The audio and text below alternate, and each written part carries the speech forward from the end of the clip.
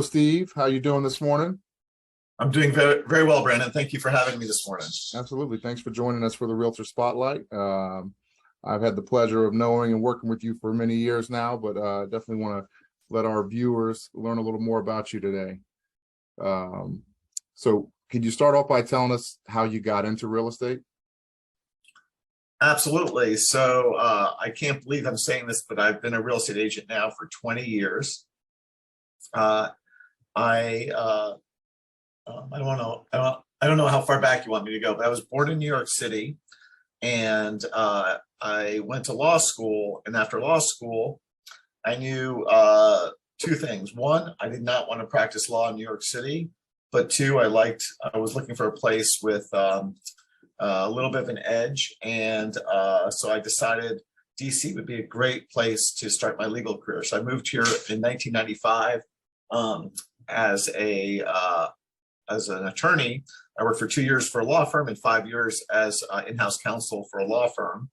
While I was in-house counsel for America Online, while I was working at AOL, my brother Hans got his real estate license. And that was, I want to say, 2001.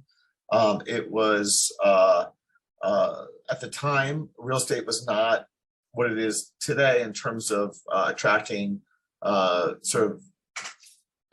lot of sort of forward-thinking people. I think my brother is one of the first people who really saw the potential in this business. And when my brother did it, I thought he was crazy. He has a really good pedigree. He went to Yale undergrad, Harvard MBA, and in 2001, I am pretty confident that he was the only person with that type of pedigree getting into residential real estate.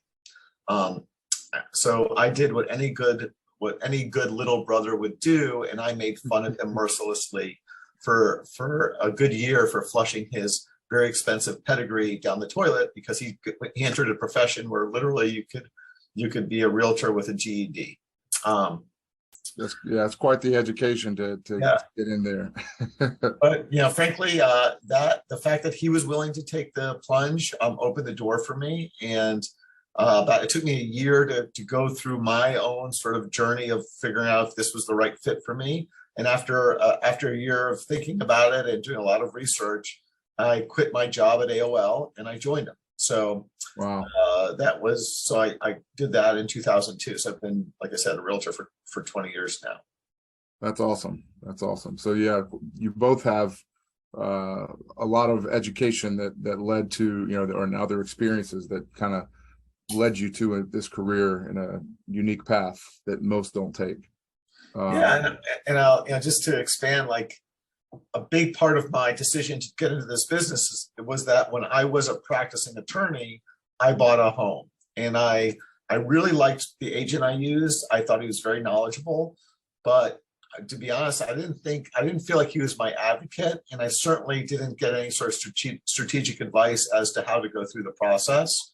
And like probably most people who interact with an agent for the first time, they think, wow, what a crazy career that is. What a crazy profession that is. And I didn't do anything with it at the time until, like I said, my brother got his real estate license. And a lot of what I do in my business today is framed from that first experience as a consumer using a real estate agent. Being in those shoes, yeah. Being in the shoes of a client. Exactly. Yeah. I have an agent that I work with. She says that she thinks all realtors should be required to buy a house every 5 years, just to remind yourself what it's like to be on the other side of the transaction. So, oh my gosh, yeah, I'm actually going through a house renovation now, and I advise people every week on house renovations, and I think that in addition to buying a house, you should go through a house renovation, because you really refresher of what it's like to go through it. There's a great Mark Twain quote, which I'm going to paraphrase, which is, "It's impossible to tell another person what it's like to carry a cat by its tail." And it's a very, it's very telling. It's very apropos to real estate and home renovations. Yeah. And so you kind of touched on this a little bit, but if there's one thing, or they think the most important thing that kind of separates you and makes you different from other real estate agents. Yeah, So I would say what makes,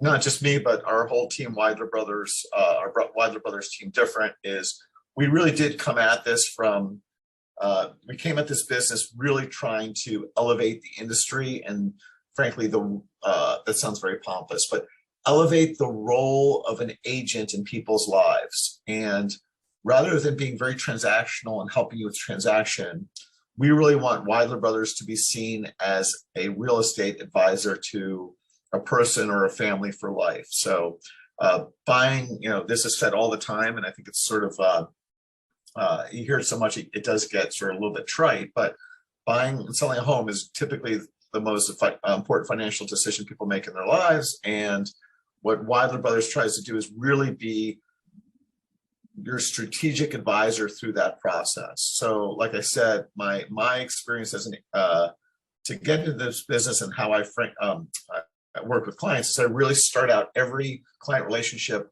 with a goal, like just really trying to understand the client's goals, what their life situation is, and help them create a strategic framework or an analytical framework in which to make decisions, rather than throw you in a car and start showing you houses right away, or let's get your house on the market and sell right away.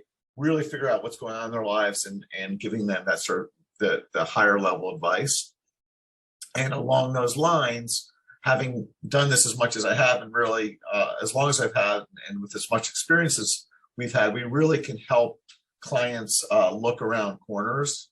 And I'm not going to say that we take all the stress out of selling real estate, but what we do very well is we can anticipate what's coming down the road, and we can do things to mitigate or avoid problems down the road as much as possible. There's my brother has a great analogy, and I hate to be videotaped complimenting my brother, but I will say this is great. This is a great analogy. He said that, if you're going to see a doctor once a year for a health checkup, if you're healthy, you don't really care how good your doctor is. If you're healthy, it doesn't really matter. But when you're sick, you want to have the best doctor you possibly can. And, in a funny way, real estate has that same, it's the same premise, which is, if you have an easy transaction, frankly, I do think an agent can affect both how much you end up paying or how much you get on the sale, and how, stress-free and all that good stuff. But, it's really when there's friction in a transaction, a problem occurs, that you really want to have the best agent and team alongside of you. And that's, the funny thing about real estate is you don't figure that out until there's a problem, until you're already in the doctor's office or in the middle of the transaction. So when there are market shifts like we're experiencing today, our team has always picked up market share because people get much more critical about the agents they're hiring, and they vet their agents a lot more. And in that environment, we do very, very well. Yeah, that's I can definitely relate to that. On my side as well in mortgage, when it's a salaried customer, 20% down, cookie cutter, super easy deal, there's not a lot of problems. But if you get somebody self-employed with multiple businesses, those clients or they have a lot of real estate investments, a lot of properties, that's the ones that you really need to have somebody that's seasoned and knows what they're doing. Absolutely. Yeah. And that's why, having a strategic partner like you is so important, because, when there are problems, and if you're doing as much volume as we do, there's a percentage of deals that are going to have problems. You want to have a good team assembled, and the best teams can work through problems. If we work with, a lender who's not local or just doesn't really know what they're doing, they just throw up their hands and say, "Oh, sorry, we can't help you." And they jump to the next easy deal. Yeah. Must be nice. Yeah. Not really, but and I think another thing that's awesome that you said, it's nice when you have clients that trust you and lean on you to help you see that big picture for them and make sure that this little piece that you're helping them with, aligns with those short-term and long-term financial goals of whatever it is that they want to do. Yeah. exactly. One of the my brother and I have been pretty big authors. We've written a book, and we've written probably a dozen or so articles for the Washington Post over the years. And one of my favorite articles that we wrote was an article entitled 11 Things Your Realtor Won't Tell You But Should. And they are all things that are frankly not in a real estate agent's interest. Like, you should move as infrequently as possible in life. Most agents want you to churn, just like investment advisors want you to churn your account. I do my job well when I can find it. My client tells me they want a 5-year house, and we end up finding them a 10-year house, right? Another sort of counterintuitive one is, don't think of your home as an investment. And because that's the first question people always ask me, or one of the first questions people ask me is this a good investment? And I try to change their thinking around that. An investment should generate income. A home does the opposite. A home generates expenses. So, and tied into the investment piece is, you should buy the most modest home that will make you happy. So instead of buying the biggest, most expensive house, buy the home that fits your family, fits your needs. Again, tied into that first one, which is move as frequently as possible. If you're in a family situation or a life situation that's growing, you should sort of anticipate that growth. So maybe, like I said earlier, you can go from a 5-year house to a 10-year house.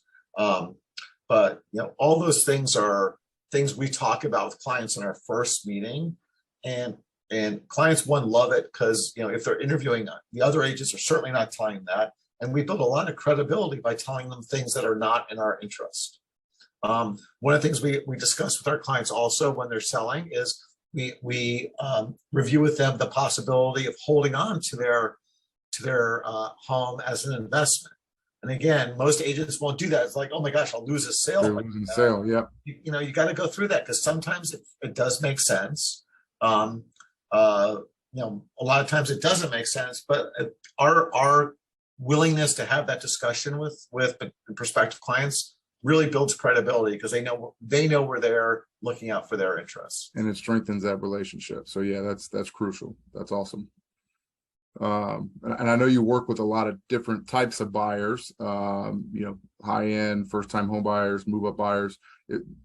Specifically for first time home buyers, is there any piece of advice or most important thing that you would tell them if they're paying attention right now? I would say for first time home buyers, first, find an agent like us or us who's really going to sit down with you and like ask you hard questions about your life situation, what your goals are.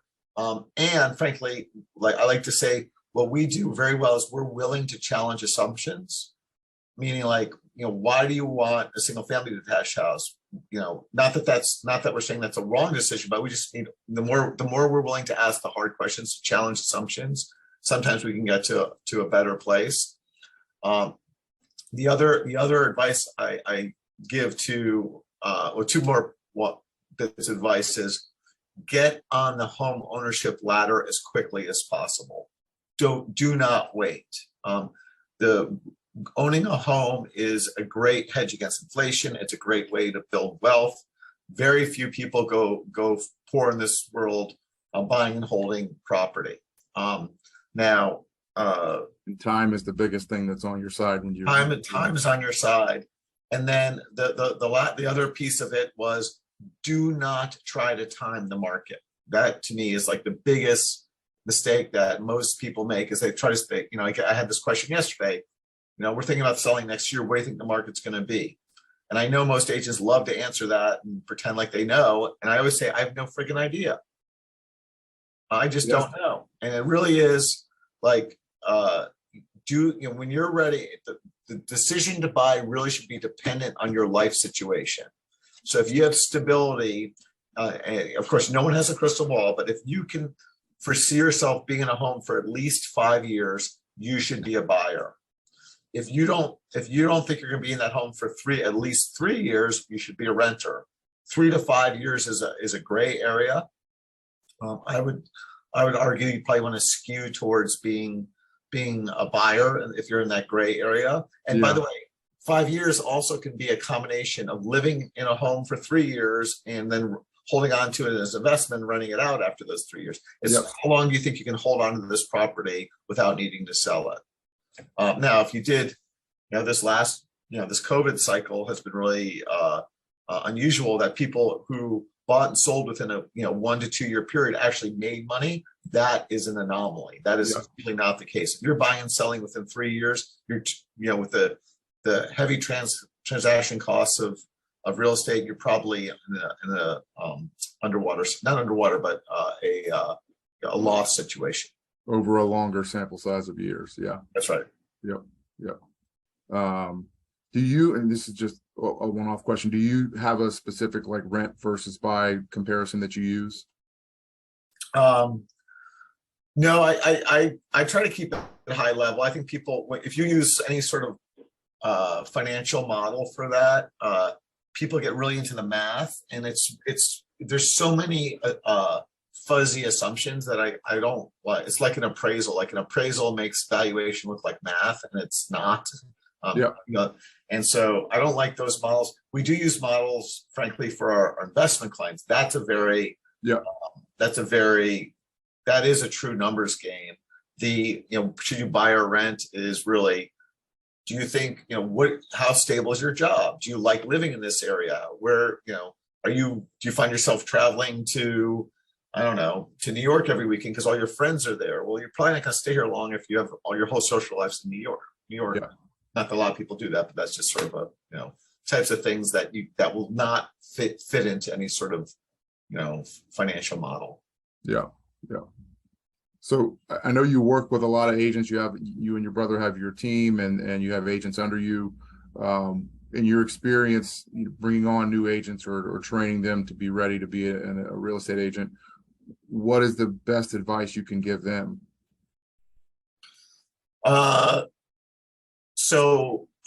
As you know, my brother and I, we actually started our own brokerage in 2015, and we doubled the size of from inception to when we sold it to Compass about, was that three plus years ago? 3 years ago, wow, right? So when we had our own brokerage, that was probably the time that I spoke to hundreds of agents, both experienced and agents looking to get into the business. And I'll be honest, the first thing I try to do is really, I try to understand why they're interested in real estate. I try to, I don't want to say talk them out of it, but I really try to give them a real picture of what the life of a real estate agent is and what the challenges are, because this business is not cut out, is not great for everyone. And I saw a lot of very talented, intelligent people bounce in and out of the business because they thought they wanted to do it. They thought they would be good at it, and they either didn't like it or frankly weren't good at it. And it's got a unique set of challenges. It's got a lot of advantages and a lot of upside, but I think a lot of people from the outside in, like a lot of things, it looks more lucrative, it looks easier, and it looks more exciting than it probably is in the day-to-day. Yeah. And people heavily underestimate what it takes to be successful in the industry, just because they see people on social media being successful and they think, it's like the joke that realtors open doors. Like it's way more than that. So the math joke is 50% of realtors claim to be in the top 1% of the country. When I decided, one of the things I thought when I became a real estate agent, I was like, I'm an attorney, I'm in this high-powered company. I didn't know agents any agents when I went to my decision to get into the business, and then as soon as I became an agent, it's like everyone I knew was an agent. It's like buying a new car, you think you're original, then you get on the road and everyone has it, or I can't speak to this personally, but like that pregnant, like once you're pregnant, like it seems like everyone else is pregnant, like I feel like everyone I know knows 6 agents. So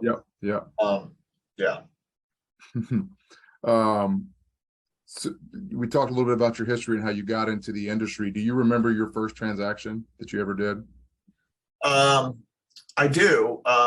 It was great. I definitely, I brought to real estate a very like deep understanding of contract law. I was a contracts lawyer, did technology transactions for AOL, and I had outside counsel at my disposal. I had associate counsels working for me, and I drafted a lot of agreements. So the contract part of the business was not challenging at all to me. But I will say I came from a commercial background. Residential real estate is a completely different animal, meaning things you do in commercial context do not work in a residential context. As an example, for my first year, all my contracts had an expiration on them. All my offers, I'd write an offer and say, this offer expired, what's today? Thursday. This offer expires noon on Saturday. And then my thinking was, in a commercial context, you would never write an open offer with no expiration. That's just silly. Yeah. What I quickly found in residential was that no matter how much time I put in that expiration, the seller, who, by the way, I wasn't speaking with directly, I was only speaking to the listing agent, very often would be offended that I was trying to pressure them. Yeah. They thought, and they, it's an emotional process, and they thought it was a transparent negotiation tactic. And maybe it wasn't, most of the time it wasn't intended that way. And I ended up torquing deals. So anyway, to answer your question, my first transaction, I helped a friend buy a beautiful home. It was my first sale was a $2 million sale. Wow. And at the closing table, he says to me, or he asks me, Steve, is this the biggest deal you've ever done? And I looked at him, having been an attorney for 7 years, and I said, you know what? I think it's the smallest. And I wasn't trying to be funny, but it came off a little bit funny. But yeah. I was like, I wouldn't lower myself to do a $2 million deal as an attorney. That would, you do have a paralegal work on that. That was my, funny line for my first deal. That's awesome. That's awesome. That's a good story. It's funny. Agents either distinctively remember something about their first transaction, or they just have no idea because they just, were underwater trying to sink, or trying to swim instead of sink. Yeah. Yeah. In all the homes that you've been in or sold or toured, is there one that sticks out as like the coolest or most unique or craziest? I would say my mind doesn't work this way. Like my kids always ask me, like, what's your favorite song? What's your favorite, movie? And my mind cannot like go through, I'm the same way. 50 plus years of stuff. I will say that what I do very well is I sort of, when I walk through homes with prospective, with clients, I understand design very well. I can't tell you what color you should paint your wall, or what light fixture should go in this particular space, but I can tell you, like, this is a good use of space, or this is a wasted use of space, or this is high quality construction, this is low quality construction. So a lot of clients send me their like when they're doing renovations or building a new home, they'll send me their floor plans, and I can look at the space. And again, I'm not an architect, but I can say, hey, how about putting a window here, or how about making this hallway smaller and putting that extra space into a bedroom closet or a bathroom. So and one of the things that I also like doing is, like, I like pulling out like really cool things. So a couple articles my brother and I've written over the years are like really cool things we've seen in homes. So like an example, a detail I've seen in some homes is, every home has an HVAC system, right? Mm-hmm. And the return vent, even in a $5 million home, is typically a $2.50 piece of white aluminum bought at Home Depot that's stuck in a corner. Yeah. And it's just, people just accept that that's good, what my return looks like. some builders I've seen, they would get like a vintage pattern, like a tin pattern, and put that in as a return. And just looked, it's just like it's just a little details, like little stuff like that. I love those little type of details, and it's The feel of the home, yeah. again, like most people, you extrapolate. If a builder's paying attention to that detail, they're probably, doing other stuff that, a lot of the other builders Really will well. do. Yeah. Cool. And then for you, like if there was one, and you just said you're not good at doing this, but I'm going to ask you anyways. If there's one song that's like your theme song or like your entrance song, if you're playing a sport and you're walking into the stadium or the arena, or whatever your theme song would be for you as a person and what you do, is there one song that kind of sticks out? Feeling All Right, Joe Feeling Cocker. all right. Yeah. Feeling All Right. No. So outside of real estate, what do you do for fun? What is it that keeps you going in your personal life? So I'm an avid sports guy. So I play squash, tennis, pickleball, and golf. And I probably do one of those things 5 or 6 days a week. Wow. I'm awesome. always moving. It's good for the mental health. I have 2 daughters. One just went off to college. The other's in high school.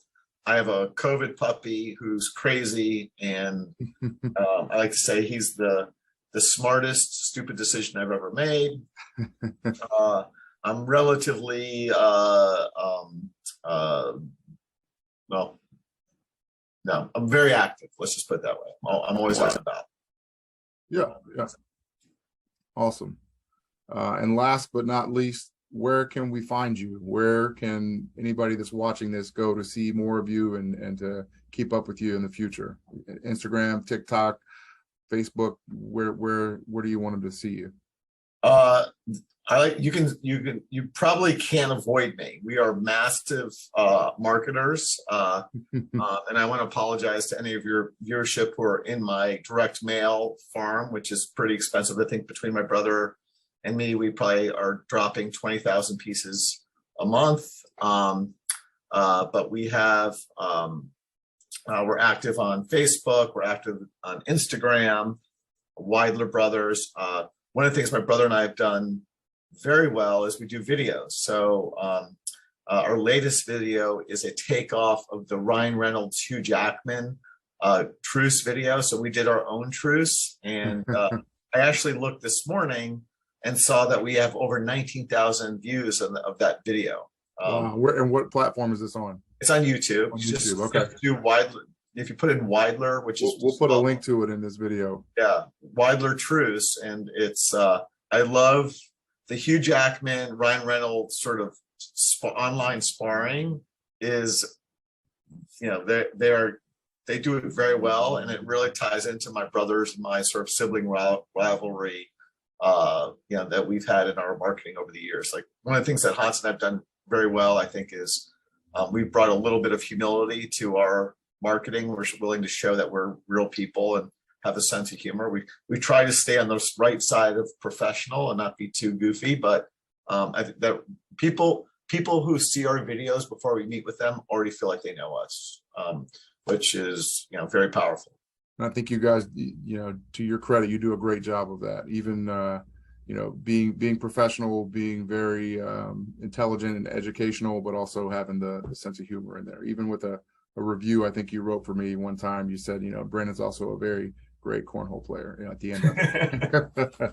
So yeah, I do remember you beat me in cornhole. That was a tough one, Brandon. I'm still sort of, and I figured out a way to bring it up during this video. So appreciate having you and learning more about you, and hopefully we can do this again soon. Awesome, Brandon. Thanks so much. I appreciate it. Thank you.